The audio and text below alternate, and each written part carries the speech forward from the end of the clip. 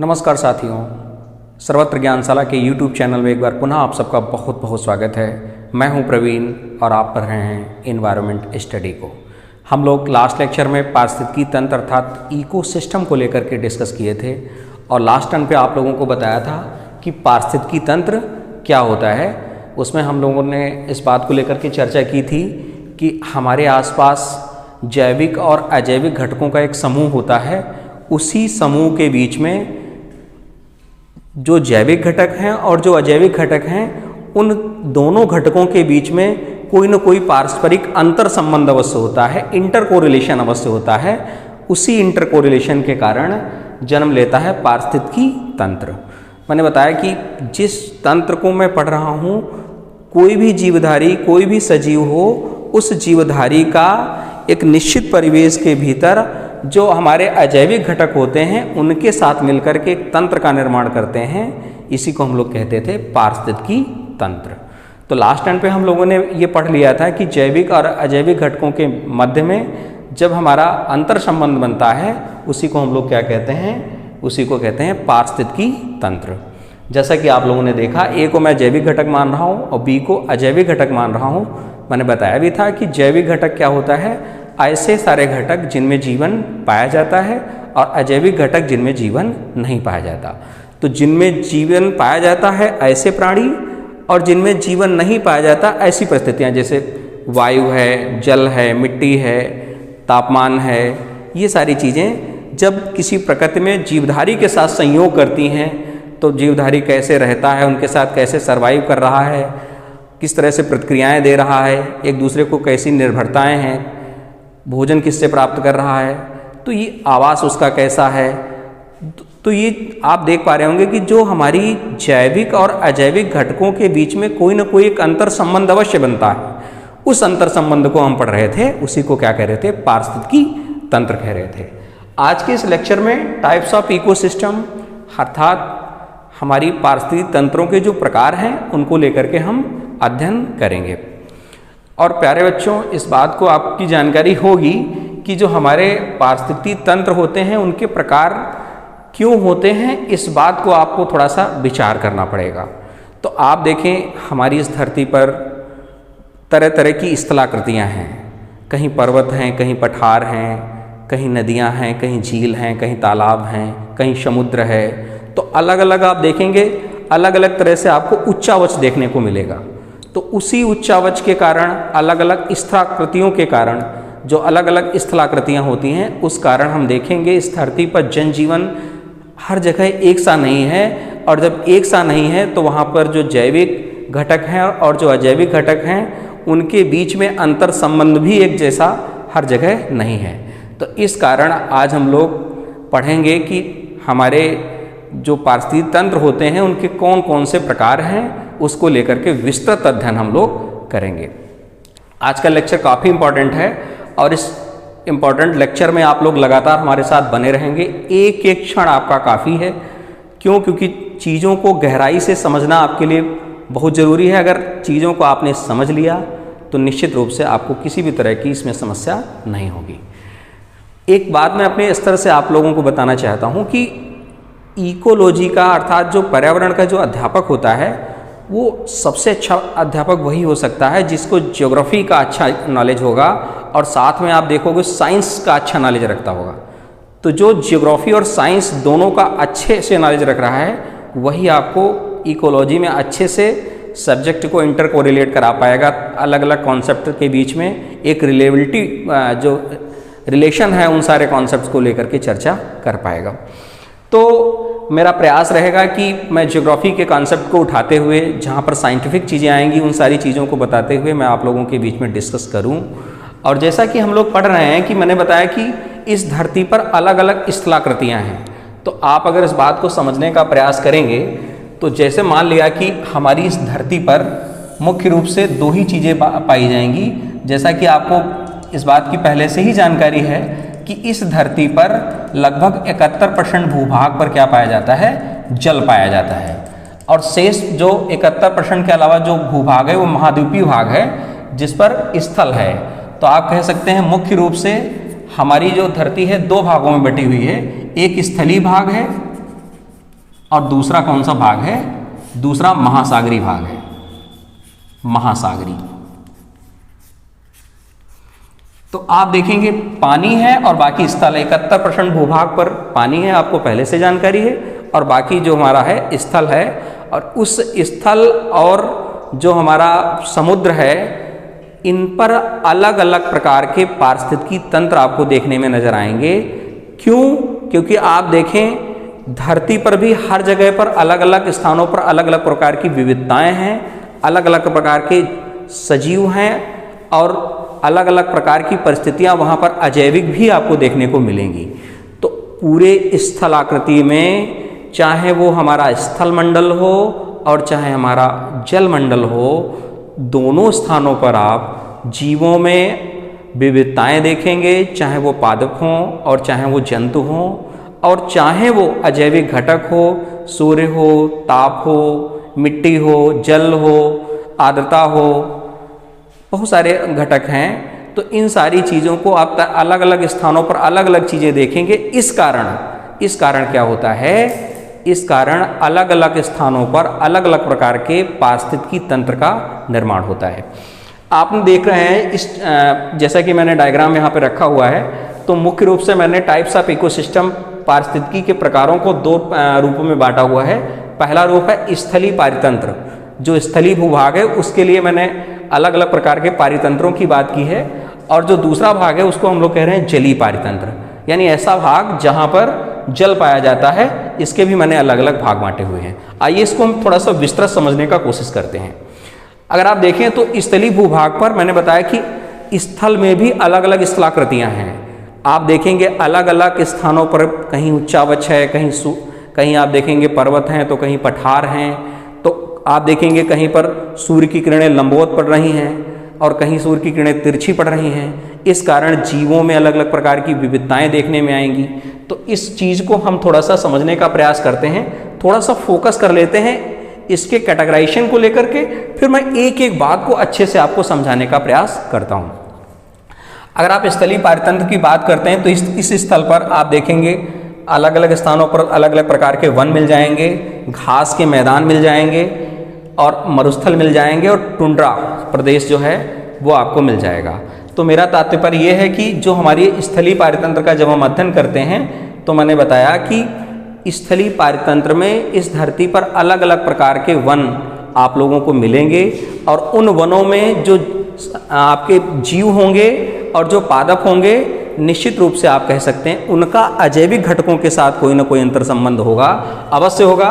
तो यहाँ पर यहाँ की जो इकोसिस्टम होगी, यहाँ पर जो आपके जैविक घटक हैं और जो अजैविक घटक हैं, तो जैविक और अजैविक घटकों के बीच में यहाँ पर भी आपको अंतर संबंध अलग देखने को मिलेगा, और घास के जो मैदान है वहाँ पर आपको जैविक और अजैविक घटकों के बीच में अंतर संबंध अलग देखने को मिलेगा।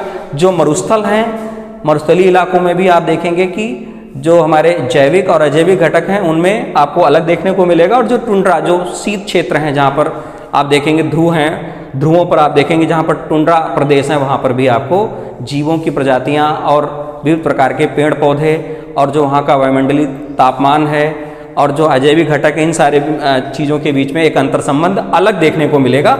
इसीलिए मैंने स्थलाकृतियों को, जो स्थलीय पारितंत्र है, इनको मुख्य रूप से इन भागों में बांटा हुआ है। दूसरा भाग आ रहा है हमारा जलीय पारितंत्र। जलीय पारितंत्र में आप देखेंगे तो जल मुख्य रूप से हम इसको 3 भागों में बांट रहे हैं। पहला भाग वो तो आप समझ रहे होंगे जल लवणीय होता है, और मैंने लवण होने का कारण भी आपको बताया कि लवणीय क्यों होता है। अभी मैं विस्तृत लेक्चर में भी बताऊंगा कि जल आखिर लवणीय क्यों होता है। लास्ट लेक्चर में मैंने बताया भी था कि समुद्र का जल आखिर खारा क्यों होता है, उसके रीजन क्या हैं, मैं डिटेल में आपको बताऊंगा। फिलहाल इसको समझने का प्रयास करिए। जो जलीय पारितंत्र है उसमें लवणीय जल और ऐसा जल जो अलवणीय है, और ऐसा जल जो लवणीय है, और ऐसा जल जो दोनों के बीच का भाग है। जैसे कि आप देखें कोई नदी, मान लिया इस तरह से, ये सपोज दैट कोई नदी है, और नदी जो है ये पूरी तरह से एक समुद्र में जाकर के गिर रही है इस तरह से। तो आप देखेंगे नदी और समुद्र के बीच का जो भाग होगा, जहां पर नदी समुद्र में गिरेगी उसके जो बीच का जो भाग होगा, जो बीच का रीजन होगा, उसी को हम लोग कहते हैं संक्रमणकालीन क्षेत्र। उसको क्या कहा जाता है, संक्रमणकालीन क्षेत्र कहा जाता है।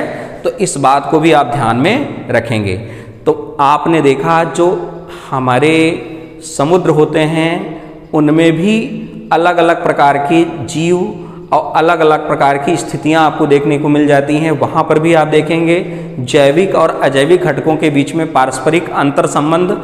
समुद्र का चूंकि 71% भूभाग पर पानी है, तो इस कारण समुद्र के भीतर भी बहुत सारी विविधताएं देखने को मिलती हैं। उस आधार पर हमने जलीय पारितंत्र को 3 भागों में बांटा। ऐसा भाग जो लमड़ी, ऐसा भाग आप कह सकते हैं जो कैसा है, लमड़ी है, जहाँ पर लमड़ पाए जाते हैं। जैसे खुला समुद्र है, प्रवाल भित्तियाँ वहाँ पर होंगी, तो मैं आपको आगे समझाऊंगा। बैरियर रीफ का निर्माण होगा, तटीय पारितंत्र होंगे वहाँ पर। संक्रमणकालीन जो हमारा क्षेत्र है, जहाँ पर ऐसा क्षेत्र जहाँ पर आप कह सकते हैं कि नदी जब किसी समुद्र में जाकर के गिरेगी, अर्थात कह सकते हैं लवड़ी और अलवड़ी दोनों के बीच का जो क्षेत्र है उसी को क्या कहेंगे, संक्रमणकालीन क्षेत्र कहा जाएगा।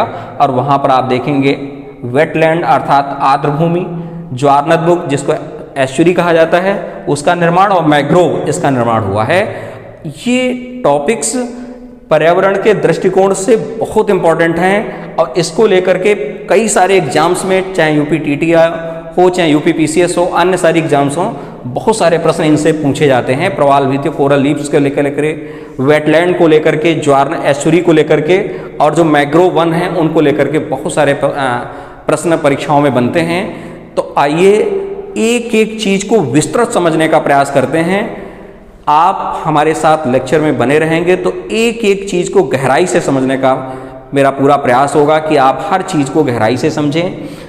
तो हम लोगों ने जो है संक्रमणकालीन क्षेत्रों को डिवाइड किया, और अलमड़ी जहाँ पर लवण नहीं है, आप देखें तो समुद्र के बाहर का ऐसा क्षेत्र, आप देखें हमारी जो स्थलाकृतियाँ हैं वहाँ पर आप देखें स्थल पर भी पानी तो है, स्थल पर भी तो पानी है।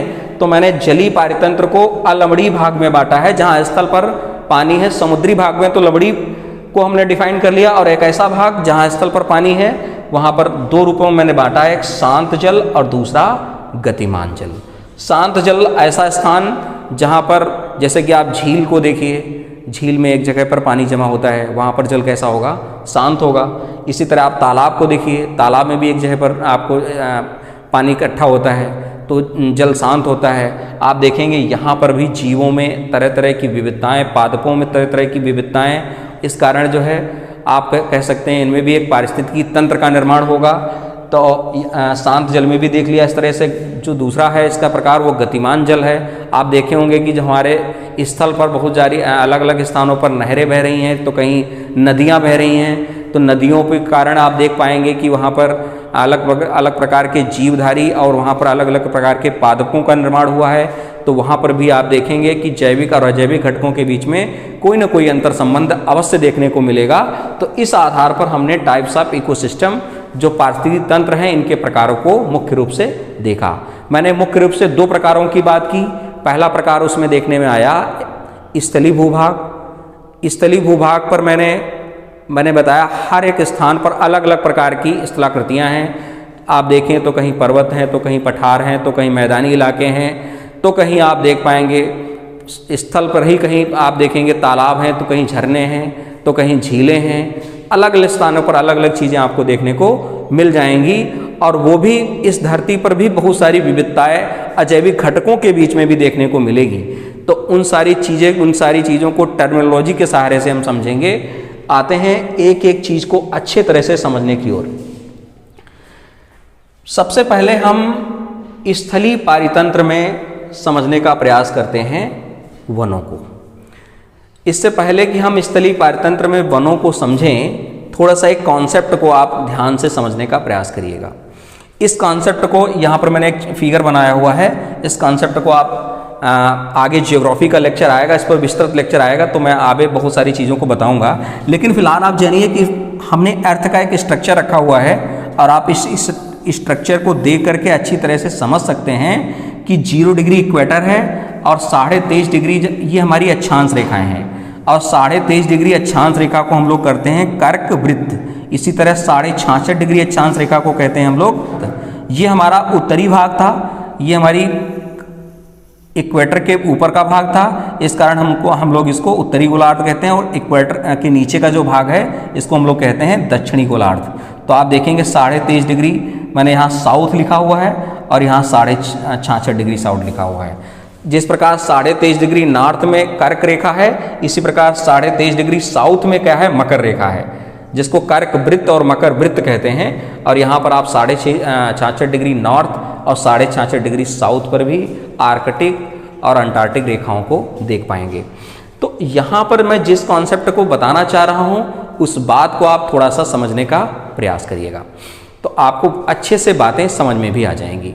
देखिए बेटा, आप बताइए, इस धरती पर हर एक स्थान पर अलग अलग तापमान होता है या एक जैसा होता है? तो आप कहेंगे सर अलग अलग होता है, कहीं ठंडी होती है, कहीं सर्दी होती है, कहीं इंडिया में इस समय गर्मी पड़ रही है तो कहीं दूसरे देश में हो सकता है सर्दी पड़ रही हो।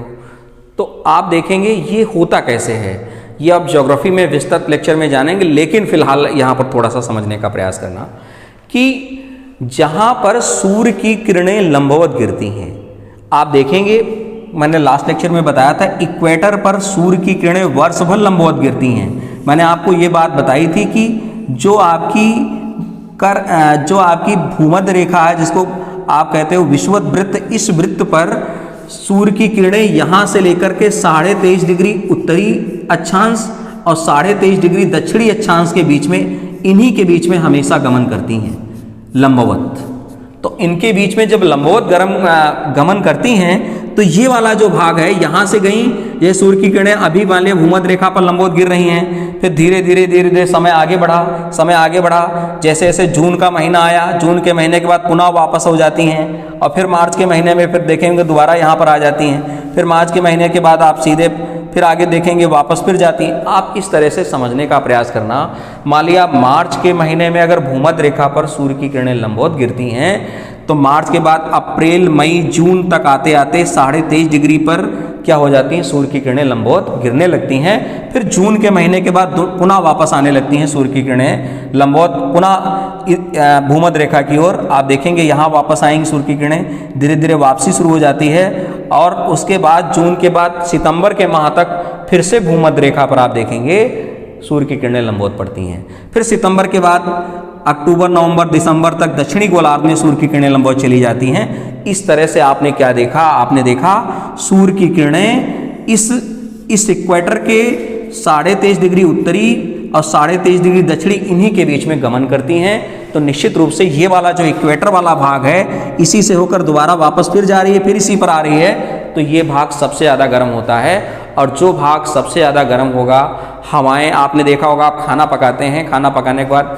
क्या हो जाता है, जो वायु होती है उसकी डेंसिटी कम हो जाती है, उसके बाद आप देखोगे हवा जो वायु पार्टिकल हैं ऊपर उड़ने लगते हैं। इसी प्रकार आप देखेंगे जब जहाँ का तापमान ज़्यादा हो जाएगा, जब सूर्य की किरणें लंबवत गिरेंगी, सूर्य की किरणें जब लंबवत गिरेंगी तो वहाँ का तापमान क्या हो जाएगा, ज़्यादा हो जाएगा। और जब ज़्यादा वहाँ का तापमान हो जाएगा तो वहाँ की जो संपर्क तल की जो वायु है, वो संपर्क तल की वायु क्या हो जाएगी, उसका घनत्व तो कम हो जाएगा, और वो कहाँ चली जाएगी, ऊपर की ओर उड़ने लगेगी, ऊपर की ओर लगातार उड़ती जाएगी। और जैसे जैसे संपर्क तल की वायु जो है ऊपर जाती जाएगी, उस स्थान की वायु जहाँ पर जगह खाली हो गई है उसको भरने के लिए अन्य स्थानों से वायु आएगी। तो आप इससे क्या पाएंगे कि यहाँ की जो कांटेक्ट तल की जो वायु थी, बहुत ज़्यादा गर्मी पड़ने के कारण गर्म हो गई, और गर्म होने के कारण क्या हो गई, ऊपर उठी, और ऊपर जैसे जैसे ऊपर उठती जाएगी, ऊपर उठती जाएगी, ऊपर उठती जाएगी वायु, तो आपको मालूम है बेटा कि 165 मीटर ऊपर जब आप जाएंगे तो 1 डिग्री सेल्सियस तापमान हमारे क्षोभ मंडल में कम हो जाता है। तो जैसे जैसे आप ऊपर जाएंगे तापमान क्या होता जाएगा, कम होता जाएगा। हवा जो गर्म होकर ऊपर उठी थी, उस हवा में नमी होना शुरू हो जाएगी। क्यों? क्योंकि वायुमंडल में जलवाष्प की मात्रा है, तो जलवाष्प को अपने अंदर एब्जॉर्ब करेगी एयर। हवा जो है हमारी जलवाष्प को क्या करेगी, एब्जॉर्ब करेगी। तो जैसे जैसे हवा ऊपर उठेगी, आप वायु क्या हो जाएगी, एक समय ऐसा आएगा कि उसमें नमी धारण करने की क्षमता खत्म हो जाएगी, उसी को कहेंगे संतृप्त वायु। और संतृप्त वायु का अपना जो तापमान होगा उसी को कहते हैं ओशांक, उसी को क्या कहते हैं, ओशांक। और ओशांक से जब कम तापमान होगा तो क्या हो जाती है, वर्षा हो जाती है। तो मैंने आपको क्या समझाना चाहा, मैं ये कहना चाह रहा था बेटा कि जहाँ सूर्य की किरणें लंबवत गिरेंगी, निश्चित रूप से वहाँ की हवाएं गर्म होकर ऊपर उठेंगी तो तापमान हवाओं का कम होगा, हवाएं नमी धारण करेंगी और जैसे जैसे नमी धारण करती जाएंगी एक समय ऐसा आएगा कि नमी धारण करने की क्षमता उसमें के अंदर खत्म हो जाएगी, संतृप्त हो जाएगी वायु, और जिस तापमान पर वायु संतृप्त हो जाएगी उसको हम लोग कहते हैं ओसांक। ओसांक से कम तापमान पर वर्षा होना प्रारंभ हो जाता है। इसका मतलब क्या हुआ? इसका मतलब ये निकला कि जितनी ज़्यादा गर्मी होगी उतनी ज़्यादा हवाएं ऊपर उठेंगी, हवाएं उठने के बाद उतना ज़्यादा क्या होगा? वायु संतृप्त होगी, संतृप्त होने के बाद उतने ज़्यादा बादल बनेंगे, बादल बनने के बाद उतनी क्या होगी? वर्षा होगी। तो जहाँ सूर्य की किरणें लंबवत ज़्यादा गिरती होंगी वहीं पर सबसे ज़्यादा वर्षा प्राप्त होती होगी। मेरा मतलब ये था, और आप समझ गए होंगे कि भूमध्य रेखा पर लगातार क्या होती है? सूर्य का तापमान, सूर्य की किरणें लंबवत गिरने के कारण ये वो स्थान है जहाँ पर वर्ष भर वर्षा होती रहती है। तो आपने देखा तापमान ज़्यादा होने के कारण, सूर्य की किरणें लंबवत गिरने का कारण वर्ष भर यहाँ पर हमेशा बरसात होती रहती है। तो जब यहाँ पर हमेशा बरसात होती रहेगी, तापमान ज़्यादा है तो जलवाष्प भी ज़्यादा प्राप्त होगी। तो आप देखेंगे जब वर्षा ज़्यादा होगी तो वर्षा पर मिट्टी डिपेंड करती है, मिट्टी किसी प्रकार से होगी। तो आपने क्या देखा? आपने देखा कि सूर्य की किरणें गिरने से तापमान डिसाइड होता है, तापमान डिसाइड होने से वर्षा की मात्रा डिसाइड होती है, सूर्य की किरणें गिरने से जलवाष्प की मात्रा डिसाइड होती है, वहाँ वायुमंडलीय आर्द्रता डिसाइड होती है। वायुमंडलीय आर्द्रता डिसाइड होने के साथ साथ जितनी ज़्यादा वर्षा होगी उसी पर हमारी मिट्टी डिसाइड होती है। तो आप समझेंगे जिस प्रकार से सूर्य की किरणें गिरेंगी वहाँ पर उसी हिसाब से जलवायु और मौसम संबंधी घटनाएं देखी जाएंगी। कहीं पर सूर्य की किरणें तिरछी गिरेंगी तो वहाँ जो संपर्क तल की वायु है वो कम गर्म होगी, कम बादलों का निर्माण होगा, कम वर्षा होगी, और जब कम वर्षा होगी तो कम वनस्पति होगी तो वहाँ पर रहने वाले जीवधारी कम होंगे। तो इस तरह से आप क्या देख रहे हैं? इस तरह से आप देख रहे हैं कि जैसे जैसे ध्रुवों से आप, जैसे जैसे भूमध्य रेखा से आप ध्रुवों की ओर जाते जाएंगे, उत्तरी ध्रुव की ओर जाएंगे, और चाहे भूमध्य रेखा से आप दक्षिणी ध्रुव की ओर जाएंगे, आप वर्षा की जो मात्रा है वो कम होती चली जाती है, और वर्षा की मात्रा कम होते जाने से वहाँ की मिट्टी अलग अलग होती जाती है, और मिट्टी अलग अलग होते जाने से वर्षा के कारण जलवाष्प की मात्रा भी अलग अलग कम होती जाएगी, और आप देखेंगे वायुमंडलीय आर्द्रता भी कम होती जाती है। इस कारण पूरी धरती पर अलग अलग तापमान, अलग अलग वर्षा की मात्रा, अलग अलग मिट्टी, अलग अलग जलवाष्प की मात्रा, अलग अलग वायुमंडलीय आर्द्रता, ऐसे बहुत सारे फैक्ट हैं। इनके कारण अलग अलग ये सारी चीज़ें, जिसका मतलब अजैविक घटक लगातार बदल रहे हैं। ताप अजैविक घटक है। ताप क्या है? अजैविक घटक है। वायुमंडलीय आर्द्रता क्या है? अजैविक घटक है। वर्षा क्या है? अजैविक घटक है।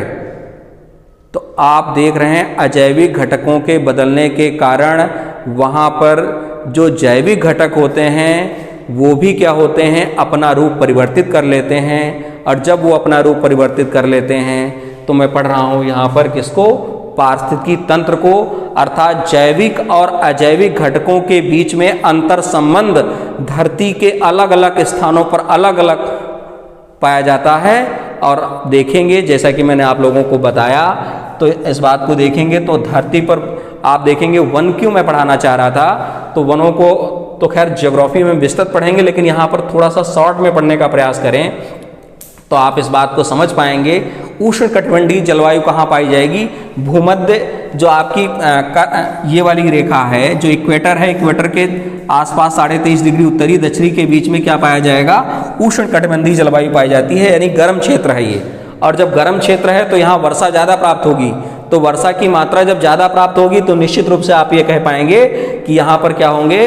वनों की संख्या ज़्यादा होगी। क्यों? क्योंकि वर्षा ज़्यादा है तो वनस्पतियाँ ज़्यादा समृद्ध होंगी, वनस्पतियाँ ज़्यादा फले फूलेंगी, और जब वनस्पतियाँ ज़्यादा फले फूलेंगी तो निश्चित रूप से आप कह सकते हैं वहाँ पर वनों की संख्या भी निश्चित रूप से आपको देखने को मिल जाएगी। तो उष्णकटिबंधीय जलवायु जहाँ पाई जाती है, अर्थात जो आपकी इक्वेटर देख रहे हैं, इक्वेटर के 23.5 डिग्री उत्तरी और दक्षिणी दोनों इनके बीच में जहाँ पर उष्णकटिबंधीय जलवायु पाई जाती है वहाँ पर सदाबहार और पर्णपाती वन पाए जाते हैं। सदाबहार वन वो वन होते हैं जो वर्ष भर क्या बने रहते हैं? हरे भरे बने रहते हैं।